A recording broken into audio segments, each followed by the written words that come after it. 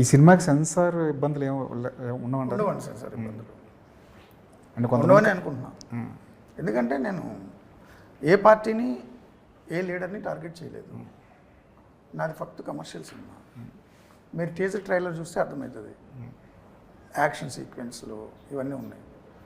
So పూలమ్మిన పాలమ్మిన అన్న dialogue కూడా అంటే సార్, అబ్రహాం లింకన్ కూడా వీధి దీపాల కింద చదువుకున్నాడని మనకు తెలుసు. ప్రెసిడెంట్ ఆఫ్ అమెరికా వీధి దీపాల కింద చదువుకుని ఆ స్థాయికి వచ్చాడు. మన దేశ ప్రధాని కూడా రైల్వే స్టేషన్లో ఛాయ్ అమ్ముకున్నారు, ఛాయ్ వాళ్ళ అని.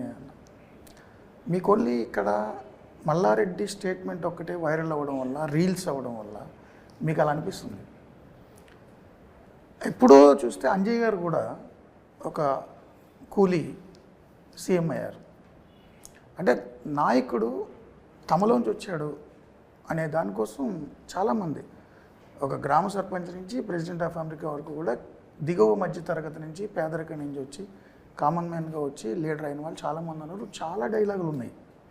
బట్ ఇప్పుడు డిజిటల్ మీడియా ఎరాలో టక టక టక టక రీల్స్ వెళ్ళిపోతుంటే మీకు ఓన్లీ మల్లారెడ్డి కనిపిస్తున్నారు.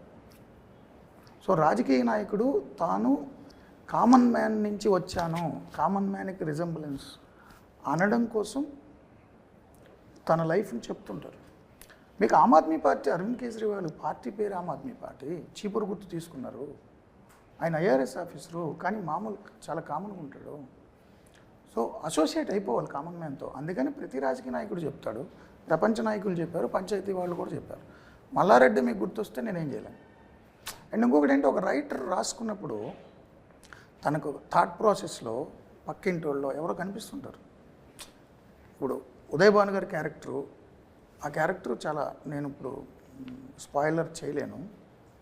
సో ఆ క్యారెక్టర్ సంబంధించి రాసుకుంటున్నప్పుడు నాకు నేను పనిచేసిన ఛానల్ యజమానులు కొన్ని సన్నివేశాల్లో గుర్తు రావచ్చు, నా కొలీగ్స్ గుర్తు రావచ్చు, లేదు ఈ జనరేషన్ నా మేనగోడలు గుర్తు రావచ్చు, మాట్లాడే విధానం, యాటిట్యూడు అన్నీ కలిపి నేను రాసుకుంటా. నేను ఈ క్యారెక్టర్ రాసిన నాకు మల్లారెడ్డి గుర్తు రాలా. బట్ ఈ డైలాగ్ మీరు విన్న తర్వాత మీకు మల్లారెడ్డి గుర్తు వచ్చాడు అంతే.